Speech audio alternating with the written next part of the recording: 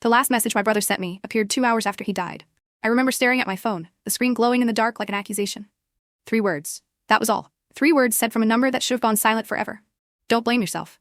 I thought it was a mistake, some glitch, some horrible coincidence, anything but the truth.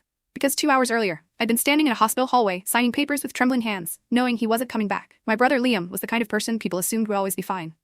Loud laugh, reckless confidence, a way of making disaster look like an adventure. I used to envy it. I didn't realize that behind all that brightness, something was quietly bleeding. The night before he died, we had our first real fight in years. He'd shown up at my apartment stinking of alcohol, insisting he was just tired, just stressed, every excuse he'd recycle 100 times. I snapped, told him I was done listening, done rescuing, done playing the responsible sibling who cleaned up after his storms. He stared at me with this mixture of anger and hurt, and something else I couldn't read then. Fine, he said. You won't have to worry about me anymore. He left. I didn't follow. God, I wish I had. When the hospital called the next morning, I felt the world drop out from under me. They said the words in that flat, professional tone: overdose, cardiac arrest, no response to treatment, but I barely heard them. Everything inside me went cold and hollow. I kept thinking it was a mistake, that they'd mixed up names, that he'd walked through the doors grinning like he'd tricked everyone. I identified his body alone. Our parents died years ago, and there was no one else.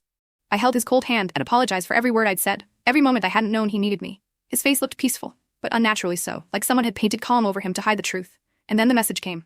A friend later suggested it could have been scheduled. Another said maybe he'd written it earlier and it just said late. But I didn't care. All I saw was that he had thought of me before he died, that he'd known I would drown in guilt, that he tried, in his final way, to save me one last time. But grief has claws, and mine dug deep. In the days after, I barely left my apartment. I kept replaying our last conversation, picking apart every sentence for clues I should have caught. People brought casseroles, plants, soft apologies. I stared through all of it. The world moved, and I didn't. Then one night, a week after the funeral, I found Liam's old jacket shoved in the back of my closet. I slipped my hand into the pocket and felt folded paper. A crumpled note, written in his rushed handwriting. If I mess up again, don't give up on me. I'm trying. It shattered me, because he had been trying, and I had been too tired to see it. That note became my anchor, not because it spared me from guilt, but because it forced me to face something I'd avoided. Loving someone doesn't mean you can save them, and failing to save them doesn't mean you didn't love them. Slowly, painfully, I began piecing myself back together.